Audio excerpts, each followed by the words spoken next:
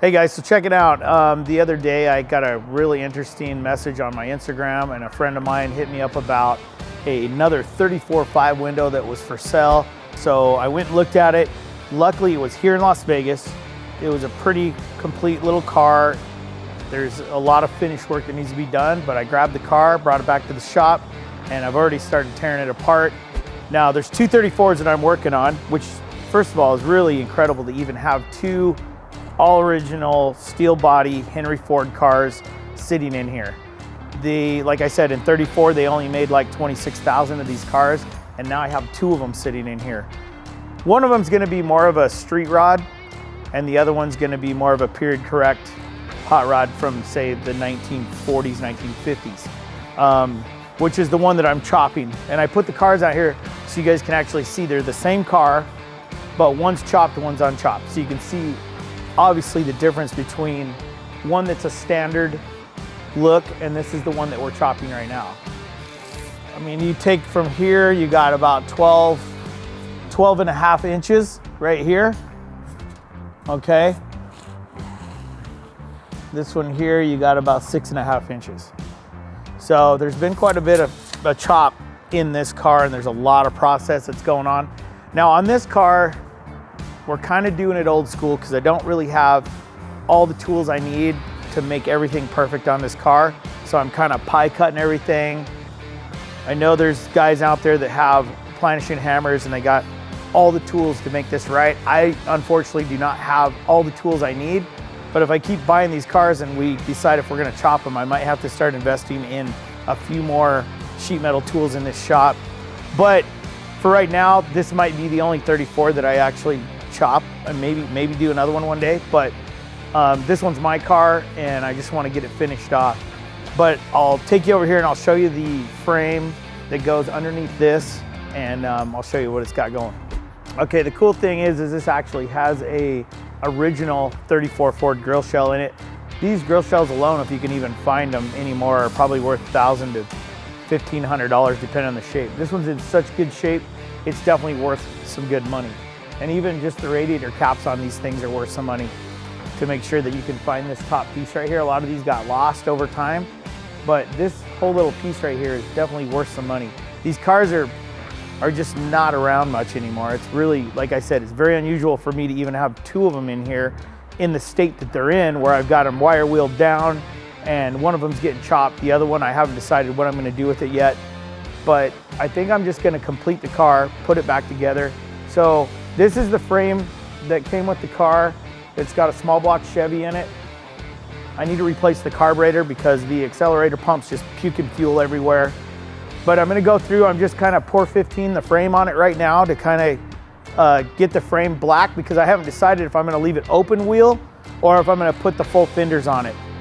And that might be something that maybe we should ask the people. Like, would you rather that car be full fendered, or should I leave it open fendered just as a high boy? I like them either way, really. But the high boy look is just more of a kind of a fun little hot rod look. The full fender car is more of like a businessman coupe, kind of something that's just classy and a little like more sleek. But I do have the fenders for it. I could put it back together, actually fully fendered all the way around. But right now I just want to get this thing together. I want to see if I can get this motor running, get it fired up, let it idle, and then get the frame painted, and then I'm just gonna put the body right back down on it. So, see what we can get done.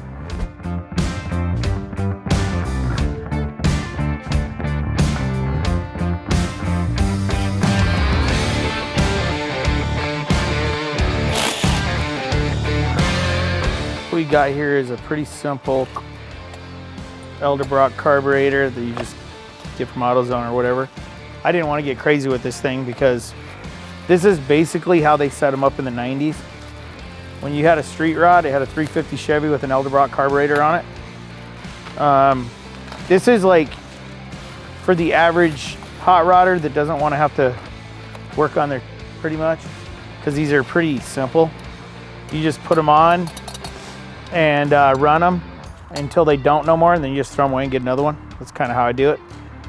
You can rebuild them, but by the time you find the kit, I just went and got another one. I'll throw it on this car and use it. It's a little bit different. I got some different vacuum lines that are gonna have to be changed and a few things, but I think for the most part we can get it on there.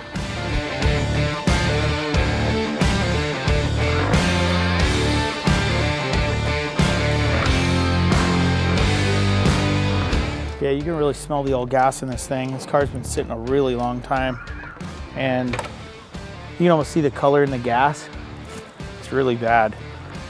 It's been sitting for probably, I don't know how many years, but you can know that this car's been sitting for a long time and it hasn't been started. So there is a lot of stories that this car could probably tell that we'll never know. But it's pretty cool to have this history in here.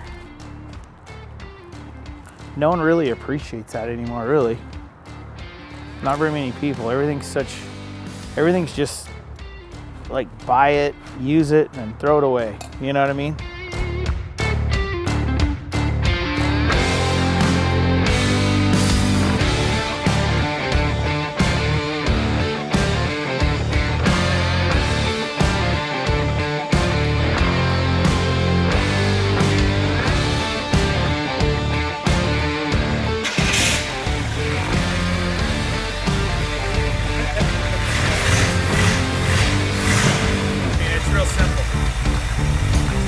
Chevy with an Welder carburetor.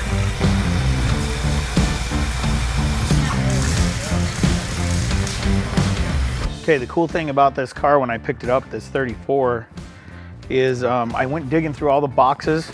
I found actually the trim. This is an old, actual, real trim piece for this, for the gauge cluster. It goes right in here like this. This one here is an aftermarket one. It's not the original one. But what I do like about this one is it has provisions here for more gauges. And as you can see, these are all nice old Stuart Warner gauges. We got our water, oil, fuel, volts. The oil pressure one is actually hooked to the car because I had to hook it up when I started it. But I'm gonna get all these put in. As you can see, this goes around. It's a real cool little trim piece. This is an original one. You can tell by the pitting and how old it is. I cleaned all these up and just kind of metal finished this. A lot of these you can buy, they're already kind of machine turned. I just kind of went over them a little bit with a roll-lock on a sander. But you can see this is kind of how it's gonna look when it's in the car. I painted this black because it was already primered, so I just painted it black. So it'll look good once I get the gauges in there.